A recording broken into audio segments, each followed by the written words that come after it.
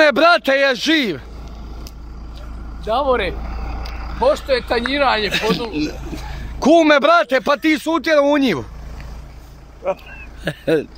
Daj da ga izvučem. Evo, ekspresna služba. A kume, meni se čini da nisi stao na crveno.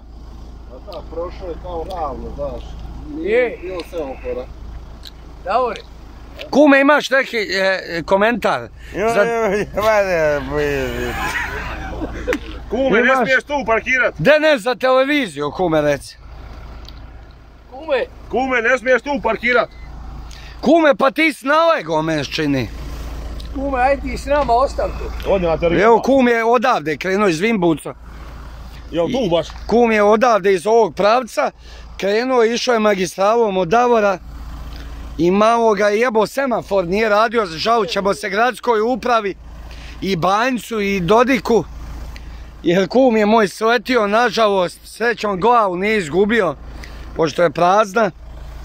Kume, kako se osjećaš, da mi reci? Kum se osjeća loše, totalno.